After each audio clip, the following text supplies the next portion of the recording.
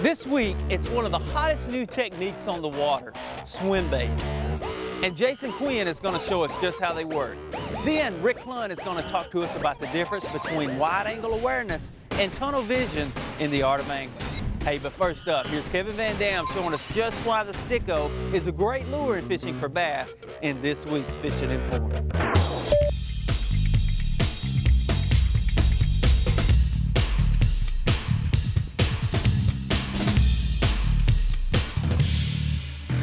This is one of the toughest conditions that you can have. Had a huge front come through yesterday. It was super windy, not a cloud in the sky.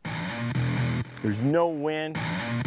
The best way to fish is to finesse fish.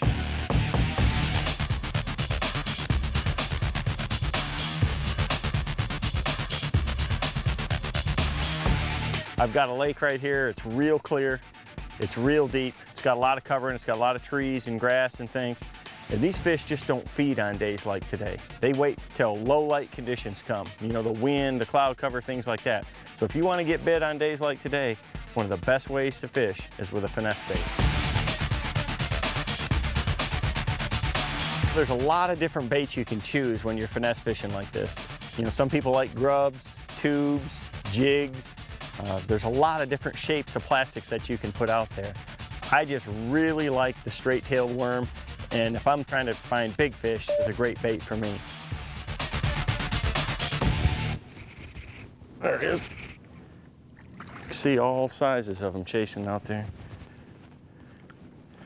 I'm using a bait caster because I want to have a lot of power to set the hook. I'm using a long rod with a light action tip and 14-pound test fluorocarbon. The great thing about fluorocarbon in clear water is the fish just really can't see it. It doesn't reflect the sunlight, so I can get away with using a little bit bigger size line. There's some big trees around here and I might catch a big fish, so I'm using a lightweight, just an 1/8 ounce sinker, little bitty hook, 14-pound fluorocarbon, and cast into these deep trees. There's a better fish.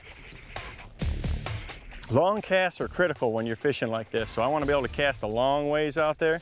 And I'm using a real natural color. You know, the best thing I can tell you about picking colors in a clear water lake like this is that if you choose a color that matches the bottom or the surroundings that you're fishing around, you're going to be picking a real good color, because the natural bait fish, crawfish, things like that, in clear water, they're just like a chameleon. They're going to blend in with their surroundings. So use a color that matches the surroundings you're fishing. There's fish. One thing that I always try to do when I'm fishing real clear water like this is I want to use a natural bait, but I also want a plastic that's going to have the best type of action for these ultra clear conditions. I'm going to rig it Texas rig and just put a bullet weight in front of it. I'm fishing like 15 to 20 foot of water right now, so I got a 3/16 ounce sinker on there. It'll kind of fall nose first, and you don't want to add a lot of action to it. When it's like this, you want real subtle presentation. Just barely shake it along the bottom, twitch it along.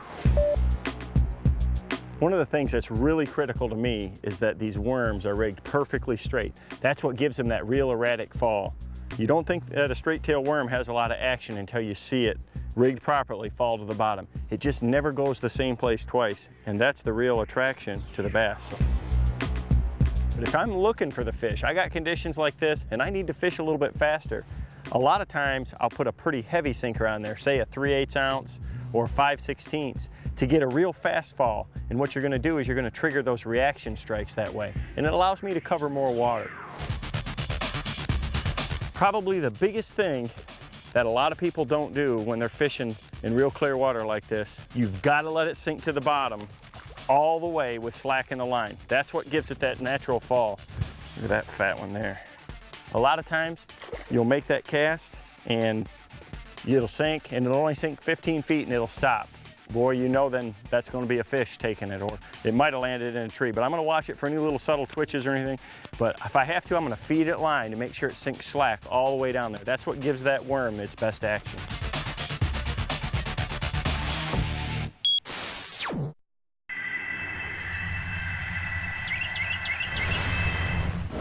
There are actually some lures that look so real, it's almost like cheating. Jason lets us in on some swim bait secrets this week as we go in depth.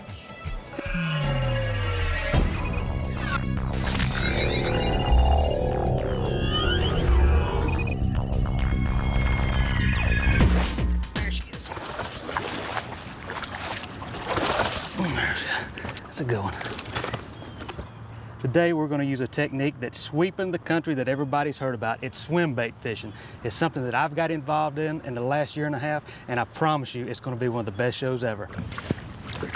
Probably gonna get a jump. Oh, she started to. Thought about it. She thought about it.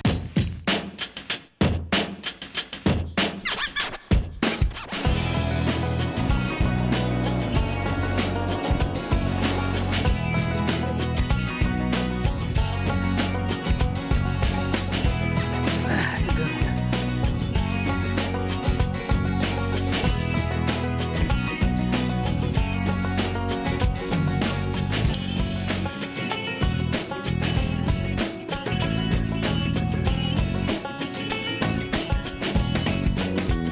Every year we hear of some new bait, some new technique. Probably this year, it's probably been the swim bait. It's something that a lot of people didn't know a lot about, me being one of those guys, but it's something that I learned to do real quick because I seen what big bags of fish it caught. And one of probably the most popular is the bass streak swim bait. It's a paddle tail type swim bait. It's got a hollow body. It's a fish catching machine. One thing that I like to do, especially, we're kind of in that morning type atmosphere here. One thing I like to do is I like a steady retrieve. I like to just kind of pause it. It'll kind of make it jump a little bit. But these fish are still actively feeding in the morning. So once you get one keyed in on it, he's gonna come and get it. If you stop that bait, it'll start sinking a little bit. And a lot of times in the mornings, it'll turn those fish away. And here again, I'm using a 7-to-1 gear ratio reel. I like something with a little bit of speed that I can catch up slack, because a lot of times those fish will hit that bait so hard and push it forward, and you need the speed to catch up the slack in the line. Sometimes you can't reel that bait fast enough to take it away from a bass. They'll just come from nowhere and explode on it. But also they'll push that bait a lot. When they come in, it's that paddle tail type bait has got a real big vibration. It's like a Colorado blade. If you ever fish just a big single spin Colorado blade, a lot of times the bite that you get is an actual push. They push that vibration for some unknown reason. And this is one of those baits that they'll push a lot. So that's one reason I like a high-speed reel. I like a long rod. I like a 7.5-foot rod minimum. Like I said, I'm trying to get a good hook set and get a good swing. And when those fish push that bait, you need to take up a lot of that slack real quick, and that rod will help you out. There she is. How's it going? Buddy, she come out there and smoked that thing. Unbelievable. That's a good one. That's a good one. I'm telling you, a swim bait is something they haven't seen a whole lot of, and they can't stand it. One of the things about it, we're kind of early morning. These fish are up here on some of these little rocky points up here feeding on shad and crayfish. And when you pull that paddle tail tube by there, they cannot stand it. I mean, the fish we've caught so far have absolutely swallowed it. They've took the rod out of my hand. I mean, it's the most vicious strike that you could ever get.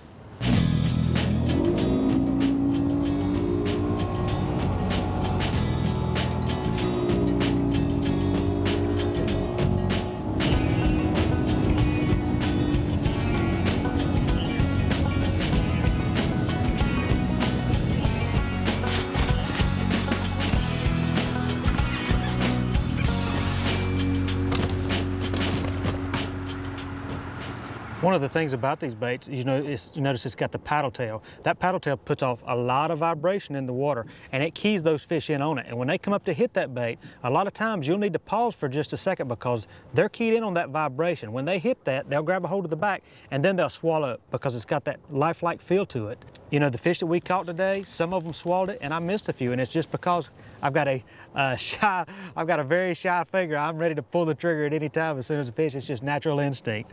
And we caught them on all types of different structure. We wasn't limited to boat docks. We caught them going down stretches of red mud clay bank. We caught them on rocky banks. We even caught a couple just fishing some windblown points. One thing about it, we're fishing this paddle tail type bait up here this morning because one thing, we want to cover a lot of water the fish are actively feeding. Now once in a little while we'll slow down and go to a bigger profile bait when it's got a little bit slower action.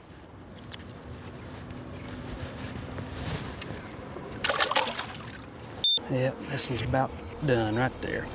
I mean, I've got some different variations, like this one's a little bit thicker. It's not got the hollow, it's got the slip belly, and it works all right. But this one here, and what I did is I bought them about 2 years ago when I seen them. Yeah. And I said, man, that has got to be a bait. And then this year, it really came out that that's what a lot of guys, all these big sacks of fish weighed in. One thing about fishing these paddle tail type swim baits is you got to vary the retrieve. Sometimes you'll see fish falling it. Well, you got to change it up just a little bit and that just steady retrieve. You got to twitch it a little bit. But one thing to keep in mind, don't let it fall. When you let it fall, it doesn't look natural to a bass and he will turn away every time. There's one. She come up and hit that thing.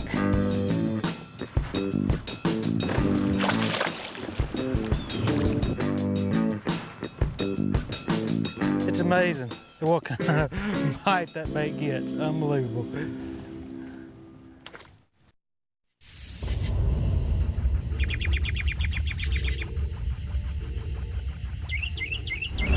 We recently had a tournament in California where swim baits were really the key in most of the dominating patterns. But as we came back east, we've seen that it's not only a West Coast thing, they also work in the eastern part of the U.S.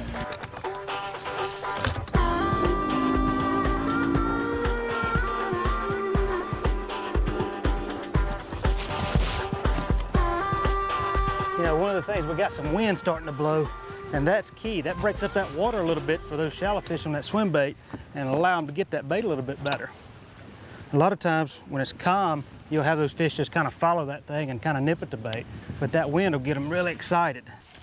One thing you got to remember about that paddle tail style swim bait is when they hit that bait, you got to give them just a second to get that bait because they're keyed in on the action of that tail. So when that fish hits it, you got to pause for just a second and let him get that whole bait.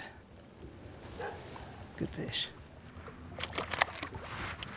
That's real key, waiting just a split second for that fish to get a hold of that bait. You know, one of the things I get asked a lot is how to rig these new hollow paddle tail type swim baits. This is the Bastrix. You know, the baits are hollow, so they tear pretty easy, so you got to be real careful because these baits are expensive. One of the things that I do is I take this is a Falcon, a EWG 6-aught weighted hook. It's got the weight made right onto the hook. One of the things is, before you tie it onto your line, this is how you rig it. You take the point of the hook and you stick it right through the nose, down about 1/4 inch, and you come out. And what that does is it makes a hole for you to stick the eye of that hook up into. When you do that, it eliminates having to pull this weight through this whole bait and tearing it up. And voila, you've not tore that bait in any way. And then you just pinch it back a little bit just like you're rigging a plastic worm, stick it up into the bait, and come out the back. And there you have it. It's ready to tie on, ready to fish. You know, we started off this morning throwing the paddle tail type swim baits just because there was a lot of low light, we had a little bit of wind, and there's a lot of shad up there around those little corners and those little rocky points feeding this morning. So those bass were real active. So that's where I like to throw this paddle tail bait, because you can reel it extremely fast. It's not a real slow type bait, and it'll key those fish in on it. And you know, we had a little bit of wind come in, so it allowed us to use it a little bit longer. We still had some fish follow it, and still had some fish chase it, and it allowed us to get a few more bites than what you normally would.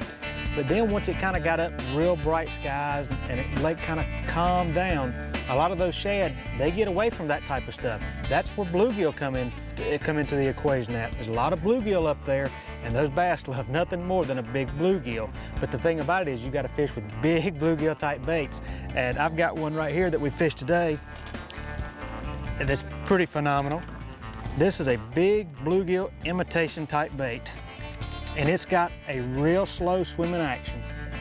And it gets in front of those big old bass up there. They can't stand it, they've got to have it. You know, we caught a few today, we missed a few giants. It's all because, you know, it's such a big bait. It takes a big fish to get a hold of that bait. And you had a lot of, you know, 2-3 pound fish will come up and hit it, they just don't get it as well. Those fish are up there feeding on those bluegill in the brightest times of the day, and to get a big bite, you need to throw a big bait. One of the things that you're trying to do with this big bluegill bait is you're trying to imitate a real bluegill. It's got that S swimming motion, and this bait doesn't fall face forward or tail forward. It falls, it slowly sinks just like that. And when you're reeling this bait, when you stop it, this bait will actually turn around all the way and look at you. It's pretty wicked. And the good thing about it is when you get some of those bigger fish following it, you can actually stop and kind of twitch this bait. And when this bait turns around and looks at those fish, they can't stand it. They're trying to kill it and eat it right then. You'd actually be surprised at the fish you get to come bite this bait. That's good.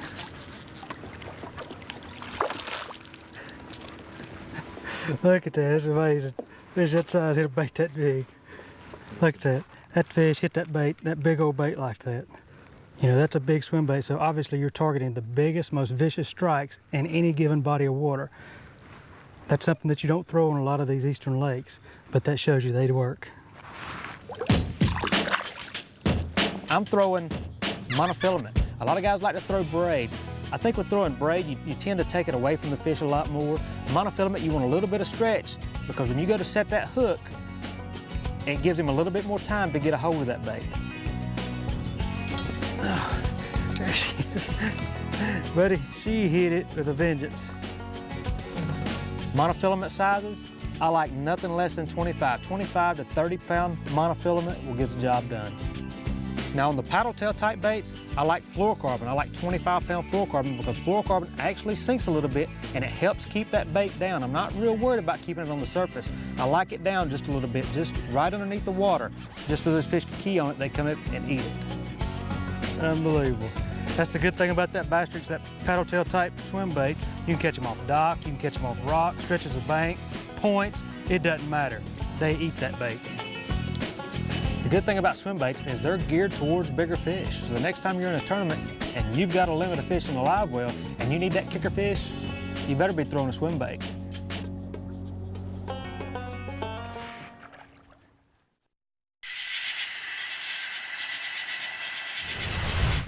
How do you see the world? Through wide angle or tunnel vision? Did you know it can affect your success on the water? Today, Rick Clunn teaches us how to use both in the art of angling.